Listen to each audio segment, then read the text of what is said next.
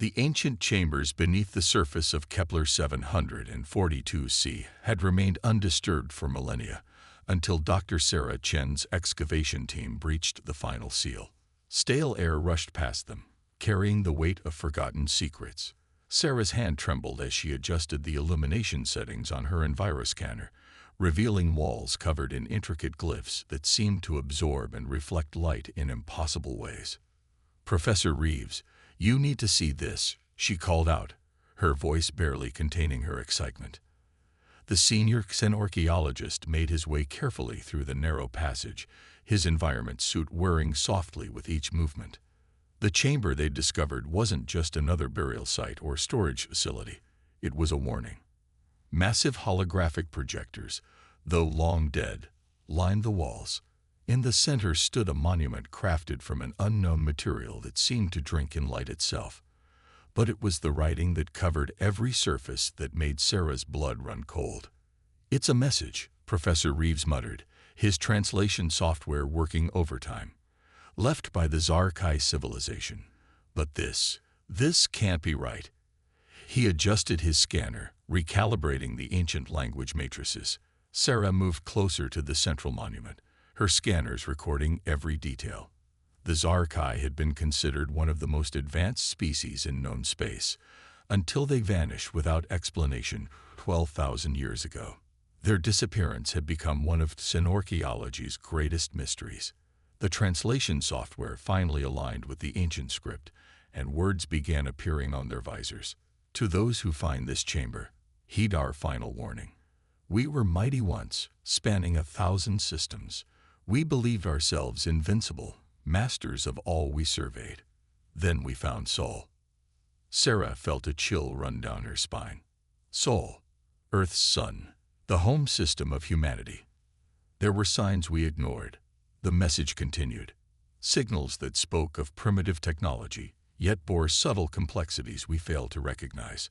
We saw their early space flights, their crude satellites, their limited colonization of their red neighbor. We thought them defenseless. We were wrong. Professor Reeves had gone completely still, his attention fixed on the flowing text. "This has to be a mistake. The Zarkai vanished long before humanity achieved spaceflight." But the message continued, describing events that shouldn't have been possible. They had hidden their true strength behind a veil of apparent weakness. When our fleet entered their system, humanity revealed weapons and defenses beyond our comprehension. They had prepared for centuries, building in secret, waiting for the day someone would mistake their purposeful restraint for vulnerability. Sarah moved to another wall, where the glyphs showed detailed technical specifications. "Professor, these descriptions, they're talking about technology we've only theorized about. Quantum phase shields, gravitational manipulation on a stellar scale, weapons that could unmake matter itself." "That's impossible," Reeves insisted, but his voice wavered. "Earth didn't have that technology 12,000 years ago. We barely have some of it now." The final passages of the warning made Sarah's heart race. We underestimated not just their technology, but their resolve. When we threatened their worlds, they responded with force beyond imagination. Our mighty empire fell in days. This chamber contains the truth of our hubris, preserved as a warning to all who might follow our path. The species you see as primitive may be anything but. The humans hide their strength, still, waiting and watching. Do not mistake their patience for weakness. Do not threaten what they protect. We learned too late. The cost of challenging humanity is extinction. An alert chimed on Sarah's wrist computer. The excavation team had found something else. Similar chambers on 3 other worlds, all bearing the same warning. As she processed the implications, a message came through on her emergency channel. The Vexteri Dominion, an aggressive species from the Galactic core, had just announced their intention to liberate human space from its technological stagnation. Sarah looked at the warning again, then at her communication device. She had to decide quickly: warn the Vexteri about what she'd discovered, or let them learn the same lesson the Zarkai had learned millennia ago. But as she reached for her communicator, another message flashed across her screen. All communication with Vexteri space had been cut off. In the distance, she could have sworn she heard the sound of ancient machinery coming to life. The warning chamber's final words seemed to glow brighter. They are always watching, always preparing. And they never forget those who threaten their peace. Professor Reeves examined a small data crystal they'd found embedded in the monument. Dr. Chen, I think you should see this. The crystal contains specifications for weapons platforms and defense systems, designs that matched, with perfect detail, classified human military installations that officially didn't exist. Sarah stared at the impossible data, understanding flooding through her. The message wasn't just a warning from the past, it was a reminder for the future. Humanity hadn't defeated the Zarkai 12,000 years ago. They had defeated them yesterday and tomorrow, and every time someone discovered these ruins. The true nature of human technological advancement wasn't just hidden. It was deliberately obscured, wrapped in layers of carefully crafted misconceptions and apparent limitations. As if to confirm her realization, her emergency channel crackled again. The Vexteri fleet had just crossed the outer marker of human space. But this time, the message didn't come from her excavation team's communications array. It came from something much older, something that had waited in these ruins for millennia, watching and recording every discovery, every revelation, every moment of understanding. The ancient chamber hummed with power that shouldn't have existed, and Sarah finally understood. They weren't just studying history, they were participating in it. And somewhere, in the heart of human space, ancient defenses were awakening once again. High Admiral Kivek stood before the Dominion War Council, his iridescent scales reflecting the harsh light of the strategic display. The holographic representation of human space floated before them, systems marked in various shades of blue to indicate technological development. Most glowed a dull cobalt, primitive, barely worth notice. Our intelligence confirms what we've long suspected, Kivek announced, his secondary voice chambers adding harmonics of confidence to his words. The humans maintain only basic faster-than-light capabilities. Their most advanced warships rely on crude fusion drives and kinetic weapons. He gestured at the display, highlighting Earth's defense platforms. Their orbital infrastructure is minimal, focused primarily on commercial activities. Supreme Commander Zarix clicked her mandibles thoughtfully, all four eyes fixed on the tactical overlay. Yet they control significant territory for such a primitive species. How do they maintain their borders? Kivex's scales rippled with amusement. Through diplomacy and trade agreements, they've positioned themselves as useful merchants, nothing more. Their territory remains intact because no one has bothered to take it from them. The War Council chamber hummed with subsonic frequencies of agreement. The Vexteri Dominion had expanded rapidly over the last century, incorporating dozens of species into their empire. Some joined willingly, others required persuasion, but all eventually acknowledged Vexteri's superiority. Humans would be no different. Yet something bothered Kivek. His finest intelligence operators had reported strange gaps in their surveillance. Sectors of space that should have been empty showed occasional energy fluctuations. Civilian communications contained patterns that hinted at underlying encrypted channels. But his analysts assured him these anomalies were insignificant. There is one other matter. A quiet voice interrupted. Counselor Kulara, head of historical analysis, stepped forward. Her scales had long since faded to the pale gray of extreme age. We've received reports from the xenorchaeological expedition to the Kepler sector. They've discovered warnings about humanity left by the Zarkai. Kivek dismissed the concern with a flick of his tail. The Zarkai vanished 12,000 years ago. Their warnings are irrelevant to modern military reality. Perhaps, Tilara acknowledged. But consider, we've never determined what caused their disappearance. And these warnings specifically mention human defensive capabilities that exceeded their own advanced technology. Counselor, Kivek replied, not bothering to hide his derision. I've personally observed human military exercises. Their ships still rely on chemical rockets for orbital maneuvering. They haven't even mastered basic gravity manipulation. Are you suggesting they somehow defeated one of the most advanced civilizations in history? Hilara's scales rippled with uncertainty. I suggest only that we investigate further before committing to invasion. The warnings are very specific about. Enough. Supreme Commander Zarix interrupted. We've spent enough time discussing ancient fairy tales.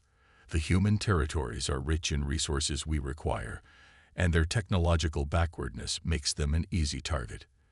The invasion will proceed as planned. As the council chamber emptied, Kvex remained, studying the holographic display. Something about the human defense patterns bothered him. They were too perfect, too precisely arranged to be the work of a primitive species. He zoomed in on Earth's lunar installations, simple mining operations and research stations, according to intelligence reports. But why did they require such massive power generation facilities? In his quarters later that night, Kvex received an encrypted transmission from one of his deep cover agents.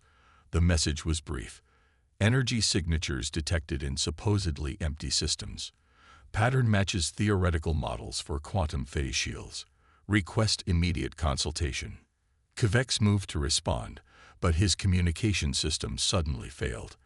All channels went dark. Across the Vexteri fleet, commanders reported the same phenomenon. Their advanced quantum communications network, the pride of Dominion technology, had simply stopped working. In the silence that followed, Kvex remembered something from his tactical training. The deadliest predators don't advertise their presence. They wait until their prey has committed itself beyond the point of retreat. The first signs of trouble came from their forward scout ships. The supposedly primitive human sensor networks had detected their stealth vessels with impossible ease.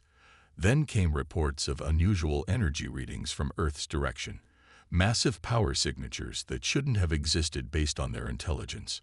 Kvex rushed to the command center, his scales now dark with worry. The tactical display showed something impossible. The empty sectors of space around human territory were no longer empty. Massive structures were appearing, their stealth fields deactivating to reveal weapon platforms and defense stations that dwarfed anything in the Dominion arsenal. A transmission cut through the silence on all frequencies, broadcast in perfect Vexteri. This is Admiral Helena Chen of the Earth Defense Force. You have entered restricted space with hostile intent. Your technological analysis of our capabilities was flawed. Your strategic assessment was incorrect. You have one opportunity to retreat. Kvex watched in horror as new signatures appeared on his display. Human ships emerging from what his instruments insisted was empty space. Their energy readings broke every scale on his instruments. In that moment, he understood the true meaning of the Zarkai warnings. They hadn't been recording ancient history. They had been predicting the future. The first human counterstrike was already on its way. Deep within Cheyenne Mountain, in a facility that officially didn't exist, Admiral Helena Chen stood before a holographic display that wrapped around her like a sphere of living light. She watched as red dots representing the Vexteri fleet pushed deeper into what they thought was defenseless human space. Her great-aunt Sarah's warning about the archaeological discovery had arrived just in time to complete final preparations. All defense grid sectors report ready, her XO, Commander David Martinez, announced. Solar system camouflage protocols disengaging. Ghost fleet emerging from quantum shadow state. Helena allowed herself a small smile. For centuries, humanity had maintained the illusion of technological inferiority, while building something unprecedented. The entire solar system wasn't just defended. It was one massive interconnected weapon platform, hidden behind quantum stealth fields and gravitational lensing technology. Signal from Luna Base Prime, Martins reported. The gravity lance arrays are charged and locked. Mars Defense Command confirms all Phantom gates are operational. Jupiter fleet is transitioning from dark state. On the display, blue dots began appearing everywhere, thousands of them, representing ships and stations that had always been there, invisible to all but the most advanced human sensors. The Vexteri were about to learn why humanity's territory had remained untouched for so long. Send the final warning. Helena ordered. Let's give them one last chance to correct their mistake. The message went out on all frequencies. In the command center of the Vexteri flagship, High Admiral Kivex watched in growing horror as human ships seemed to materialize from nowhere, their energy signatures unlike anything his sensors could categorize.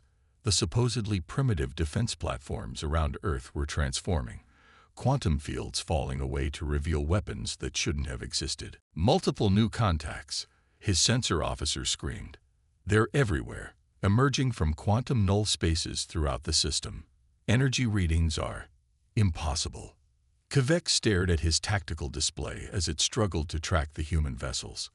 Their movements defied known physics, ships jumping between positions without apparent transition. The entire battlefield was shifting, space itself seeming to bend around human formations. Launch the first wave, he ordered, his voice trembling slightly. Show them the might of the Dominion. The Vexteri ships launched their attack, plasma weapons blazing, but their shots passed harmlessly through human vessels that flickered like ghosts, hitting nothing but carefully crafted holographic decoys. The real human fleet hadn't even engaged yet. In Cheyenne Mountain, Helena watched the Vexteri attack with calculated patience. They're still using conventional weapons, she noted. Initiate Contact Protocol 3. The first real demonstration of human military power was subtle. Throughout the Vexteri fleet, ships suddenly lost power. Their quantum drives, shields, and weapons simply stopped working. In the silence that followed, human ships finally moved into attack position. Your weapons are now inactive. Helena's message echoed through every Vexteri ship. Your drives are suspended. This is not an attack, merely a demonstration. You have violated human space after ignoring multiple warnings. Your technological analysis of our capabilities was fundamentally flawed. Retreat now, or face the consequences of your choice. Kivex watched helplessly as his mighty fleet hung powerless in space.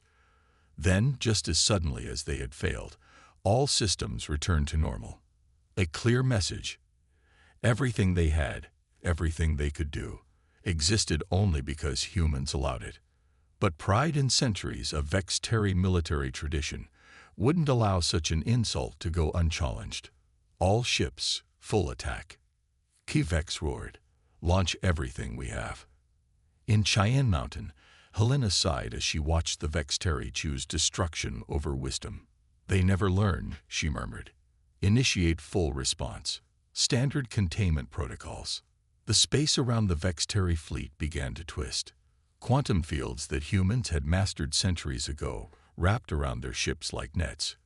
Gravity itself became a weapon, corridors of altered space-time, channeling the alien fleet exactly where humanity wanted them. Mars Defense Command reports Phantom Gates are aligned, Martins announced. Jupiter fleet in position. The gravity lance arrays are locked on all primary targets. Helena nodded. Begin the lesson. The first human strike wasn't an explosion or an energy beam. Instead, a wave of pure gravitational force swept through the Vexteri formation. Ships that had survived countless battles were suddenly caught in a web of intersecting gravitational fields, their hulls stretching and compressing as space itself was reshaped around them. Target their flagship, Helena ordered. Let's show them exactly what they've challenged. A single human vessel, small, sleek, and impossibly advanced, appeared directly in front of Kivex's command ship. Its hull seemed to drink in light, covered in patterns that hurt to look at. As Kivex watched, unable to look away, the vessel's outer shell rippled and transformed, revealing weapon systems that his sensors couldn't even begin to classify. The last thing Kivex saw before his flagship's systems went completely dark was a message scrolling across every display. The warnings weren't about our past. They were about your future. The real demonstration of human military power was about to begin. The Galactic Council's emergency session erupted into chaos as the first reports arrived from human space. Councilor Vixterra, the Vexteri representative, stood trembling before the assembled delegates, her scales having lost all color. The Dominion fleet, it's gone, she announced, her voice barely a whisper. Not destroyed, not defeated, simply gone. 40,000 ships just disappeared. The chamber fell silent. And that's not the worst of it. The main display activated, showing real-time footage from across Vexteri space. Human vessels had appeared simultaneously in every major system of the Dominion. They simply materialized, bypassing all defenses, ignoring laws of physics that the galaxy had thought immutable. Their designs were unlike anything seen before, ships that seemed to exist in multiple dimensions at once, their hulls covered in patterns that defied optical analysis. In Cheyenne Mountain, Admiral Helena Chen watched the Council's reaction through quantum-entangled feeds. Phase 2 is complete, Commander Martinez reported. All primary Vexteri military installations are contained. Their quantum communication network has been isolated. We've achieved total information superiority. Helena nodded, studying the tactical display. The Vexteri had expected a primitive species with basic spaceflight capabilities. Instead, they had awakened something that had been preparing for this moment for centuries. Every human colony, every trading post, every seemingly innocent research station, all had been facades hiding something far more significant. Signal from the Jupiter fleet, Martins announced. The captured Vexteri vessels have been successfully transferred through the Phantom Gates. Analysis teams are beginning their work. On the primary display, Helena watched as human ships demonstrated abilities that the Vexteri had considered impossible. Space itself bent around them as they moved, quantum fields reshaping reality to their needs. Some vessels simply phased through solid matter, while others appeared to be in multiple places simultaneously. They're attempting to reactivate their automated defense networks, an analyst reported. Permission to proceed with containment. Helena's response was calm, measured. Show them why that would be a mistake. Across Vexteri space, their most advanced defense platforms, works of engineering that had taken centuries to perfect, simply shut down. Not through warfare or conventional cyber attacks, but through fundamental alterations to the quantum fields that made their technology possible. In the council chamber, the display shifted to show a new sight that made even the most seasoned diplomats gasp. A massive structure was appearing in orbit around Earth, a ring-shaped construction that dwarfed anything known to exist. It had always been there, hidden behind veils of altered space-time and quantum camouflage. That, Helena's voice echoed through the chamber, is just one of our smaller defense installations. We've maintained the illusion of technological limitations because we preferred peace. Your actions have forced us to reveal a fraction of our true capabilities. The Vexteri counselor watched in horror as more structures emerged from invisibility throughout human space. Each one represented technology that should have been impossible, defying everything their species thought they knew about physics and engineering. Your fleet hasn't been destroyed, Helena continued. We've relocated them to a secure facility where they'll be studied, analyzed, and eventually returned. Once we're confident you understand the magnitude of your mistake, consider this a demonstration of restraint. In a secure chamber deep beneath the council building, the oldest members of various species shared knowing looks. They had always suspected something like this, had seen the subtle signs of human technological superiority in countless small ways over the centuries. The careful limitations in their visible technology, the strategic gaps in their shared knowledge, the way their ships sometimes moved in ways that shouldn't have been possible. The Zarkai warnings, one ancient being whispered, they weren't just about the past. Helena's final message to the council was simultaneously broadcast across every communication channel in known space. Humanity has never sought dominion over others. We've hidden our true capabilities because we believe in letting species develop at their own pace. But make no mistake, we will defend what's ours. The Vexteri Dominion will now experience the consequences of their choices. In the following hours, every major military installation in Vexteri space found itself surrounded by human vessels that seemed to ignore fundamental laws of physics. Their most advanced weapons were rendered useless by fields of altered spacetime. Their fastest ships were frozen in quantum stasis fields that humans had mastered centuries ago. The message was clear: humanity had never been primitive. They had been waiting, watching, preparing for the moment when someone would mistake their purposeful restraint for weakness. The Vextari had made that mistake, and now the galaxy would witness the price of such hubris. As reports flooded in from across known space, one thing became abundantly clear: the balance of power that everyone thought they understood had been an illusion. Humanity hadn't just been hiding their technology. They had been hiding an entire civilization that operated on levels other species had barely begun to theorize about. The age of pretense was over. The real question was, what would humanity do with their now revealed power? 5 years after the Vextari incident, junior diplomat Zena Vix stood in the newly constructed Museum of Galactic History on Earth, staring at a display that still filled her with equal parts awe and terror. Behind the quantum seal barrier floated a single Vextari warship, preserved exactly as it had been at the moment of its capture. Around it, holographic displays showed the vessel's transformation into a quantum-locked state, frozen between moments of time. "Quite the sight, isn't it?" a voice asked behind her. Zena turned to find Admiral Helena Chen, now the head of the Human Diplomatic Corps, studying the display with a thoughtful expression. "Your father's ship, if I remember correctly." Zena's scales rippled with emotion.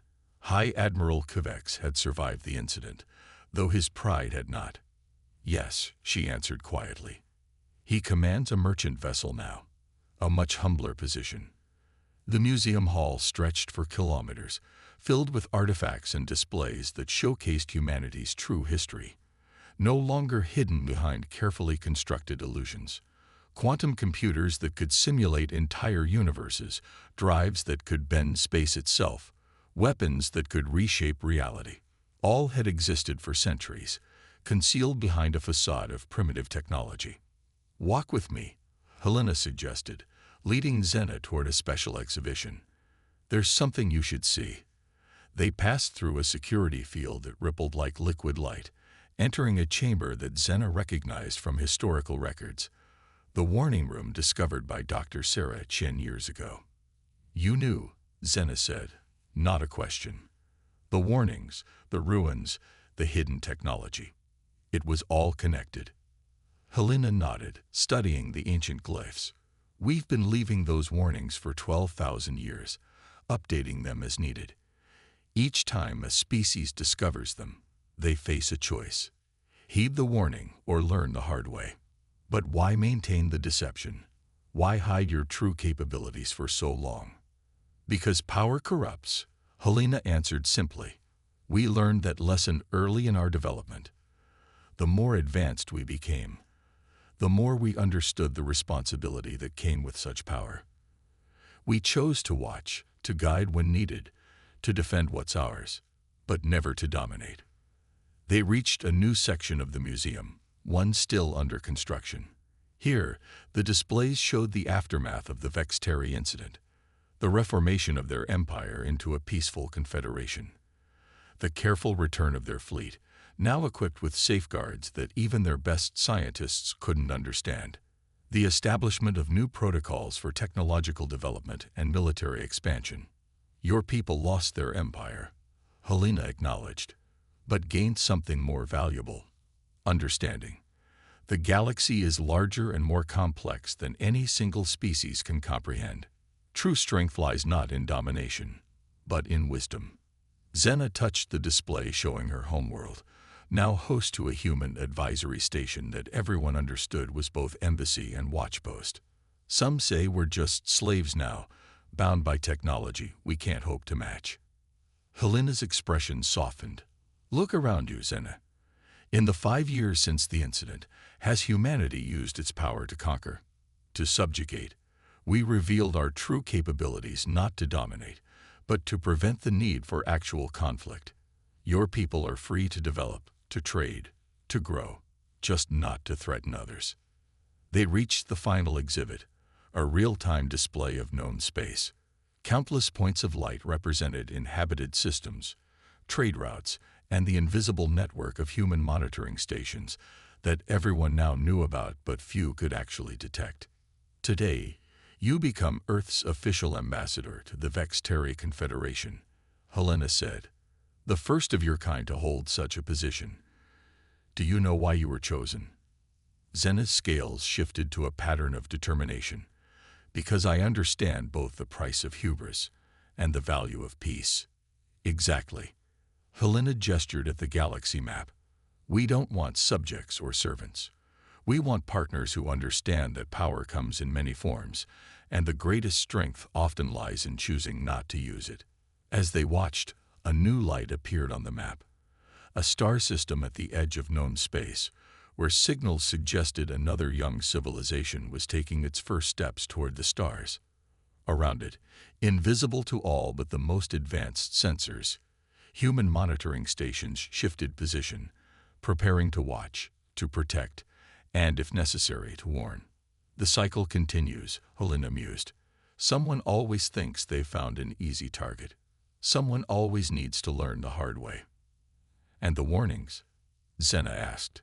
The ruins, the messages, the hidden signs, will remain, Helena assured her, each telling its own version of the same story. About a species that seemed primitive, about an empire that learned too late, about the price of mistaking patience for weakness. As Xena prepared to depart for her new posting, she passed the preserved Vextari warship one last time. Its quantum-locked state served as a perfect metaphor. Trapped between past and future, between arrogance and understanding, between war and peace. The price of hubris had been high, but the lesson it taught was invaluable. In the depths of space, humanity's hidden fleets continued their eternal vigil, their true power once again concealed behind veils of quantum deception. They waited patiently, watching young species take their first steps into space, ready to guide, to protect, and, if necessary, to remind the galaxy why some warnings should never be ignored. The greatest power, after all, lay not in the weapons they possessed or the technology they had mastered, but in the wisdom to know when not to use them. As long as that wisdom prevailed, peace would endure, watched over by a species that had learned to hide its strength not out of fear, but out of responsibility to the galaxy itself.